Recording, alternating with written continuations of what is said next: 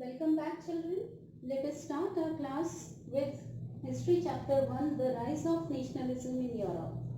As you know, nationalism means the feeling for the nation, means dedication and devotion, the love for the nation, to take pride in national symbols and national identity.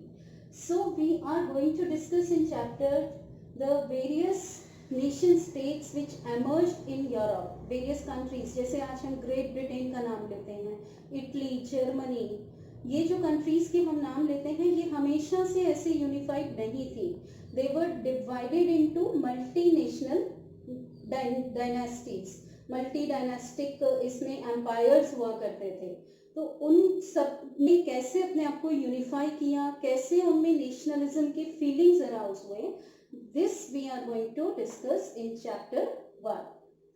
So nationalism in Europe के लिए अगर हम बात करें तो it starts with the development of a concept of nation state with citizens having common identity and history. Nationalism में, nation state के feeling में एक कॉमननेस हमें देखने को मिलती है, which is the identity and the history. People belonging to same nation shares a common past, shares a common culture, language, वहाँ की ड्रेसेस, तो वो सब जो एक फील, अपना एक प्राइड फील हम करते हैं, वहाँ से हमारा नेशनलिज्म डेवलप होना शुरू होता है. तो ये जो चैप्टर आपका स्टार्ट होता है, it begins with a painting painted by Frederic Sorrieu. ये 1848 के समय की बात है जब ये पेंटिंग सूरो बनाते हैं, और उसमें उनका जो विजन आता है, that is the dream of worldwide democratic and social republics.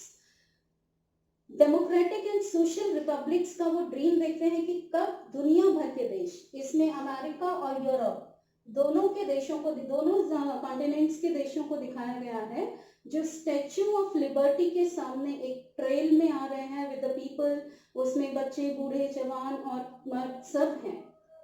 तो यहाँ सूरो ये डिस्क्राइब करने की कोशिश करते हैं कि how the idea of nationalism and the Republic and democracy, these ideas are popularizing. क्यों लोगों के मन में एक भावना है कि वो जो एग्जिस्टिंग सिस्टम है, जो एग्जिस्टिंग मोनार्कीज हैं, ऑटोक्रेटिक रूल हैं, उनसे बाहर निकले और डेमोक्रेटिक रिपब्लिक की तरफ आगे बढ़े. इसके फर्स्ट पिक्चर में आपको दिखाया गया है कि कैसे जो देश ऑलरेडी आज़ाद हो चुके हैं वो उसके आगे हैं स्टैच्यू ऑफ लिबर्टी के, और जो आज़ादी की प्रक्रिया में है या नेशनलिज्म की प्रक्रिया में है, जो डेमोक्रेसी बनने के प्रोसेस में है, वो सब ट्रेल के पीछे दिखाए गए हैं. फ्रांस इसमें आपको सबसे आगे दिखेगा, जो बिल्कुल अभी वहां पहुंचा है स्टैच्यू ऑफ लिबर्टी पे and paying homage. Statue of liberty आप देखेंगे तो उसमें टॉर्च ऑफ एनलाइटनमेंट और चार्टर ऑफ राइट्स है एक हाथ में, जहां ह्यूमन के राइट्स को एक्सप्लेन किया गया है, जैसे कि all the citizens are born equal. तो फ्रेंच सोसाइटी में आप पहले भी 9th में पढ़ चुके हैं, how the society was divided into 3 estates and the above 2 states were enjoying certain privileges while the peasantry had to pay the taxes. उस सब के चलते यहाँ पर अब सिटीजन्स राइट का चार्टर जो है वो डिस्क्राइब करता है इक्वालिटी को. तो वो चीजें यहाँ पर सूरो ने इमेजिन की हैं, और वहीं एब्सोल्यूटिस्ट इंस्टीट्यूशन जो है वो ग्राउंड पे बिखरे हुए दिखाए हैं. एब्सोल्यूटिस्ट रूल मतलब मोनार्की रूल, ऐसा राज्य का शासन जो अपनी मर्जी से डिसीजंस लेता है विदाउट एनी कंसल्टेशन. किसी से कुछ, कोई मंत्री से सलाह नहीं लेनी, कोई अपनी मीटिंग्स नहीं बुलानी, जब मन किया टैक्स बढ़ा दिया, जब मन किया वॉर इनिशिएट कर दी किसी भी देश के साथ. एब्सोल्यूटिस्ट रूलर्स को धरती पर धराशाही दिखाया है सूरो ने अपनी पेंटिंग में, जिससे वो कन्वे करना चाह रहे हैं कि अब जो दुनिया है वो डेमोक्रेसी की तरफ आगे बढ़ रही है, और एब्सोल्यूटिज्म का जो शासन है, जो काल है, वो अब खत्म होने जा रहा है. हालांकि ये जो विजन हमें सूरो दिखाते हैं, इसको उटोपियन विजन भी कहा गया है, क्योंकि ये सच्चाई से थोड़ा परे है. यूटोपियन होता है कि जहाँ सब कुछ अच्छा अच्छा है, जहाँ कोई कमी नहीं है, and which is not possible in actual life. तो इसको रेफर किया है हिस्टोरियंस ने एज द यूटोपियन विजन। लेकिन अगर हम आज के सिनेरियो में देखें, ये 1848 की बात है, आज भी जो कंट्रीज डेमोक्रेसी नहीं है वो अब भी डेमोक्रेसी होने के लिए स्ट्रगल कर रही हैं। Means the idea is that कि everyone wants to live in a democratic society.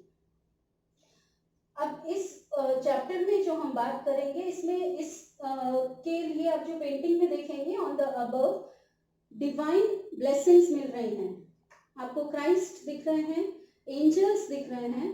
तो एक तरह से शुरू ये भी बताना चाह रहे हैं कि अगर डेमोक्रेटिक रिपब्लिक एस्टैब्लिश होता है तो वो डिविनिटी का ही एक सिंबल है, मतलब लोग उसको ज़्यादा पसंद करते हैं और सपोर्ट करते हैं। और यही चीज़ें हम इस चैप्टर में डिस्कस करेंगे अबाउट द नेशन स्टेट। जो मल्टी नेशनल डायनास्टिक एम्पायर्स थे, अब उनकी जगह नेशन स्टेट्स लेने जा रहे हैं। और nation state was one in which the majority of its citizens and not only its rulers came to develop a sense of common identity and shared history or descent। तो यहाँ सिर्फ ये राजाओं के लिए नहीं है, ये प्रजा के लिए भी है। तो यहाँ पर everyone is considered as a equal citizen। Nation state की जब हम बात करते हैं तो वहाँ सब बराबर हैं, किसी को कोई प्रिविलेजेस नहीं है और किसी के लिए कोई रूल ऐसा नहीं है कि वो ये कर सकते हैं और ये नहीं कर सकते, ऑल आर इक्वल। तो आज की इंट्रोडक्शन में जो मैंने आपको समझाया, that is how the nation states begin to emerge. And if you find some doubts you can mention it in the comment box. I will try to explain them as soon as possible. Next topics from this chapter will be covered up in my subsequent videos. Thank you.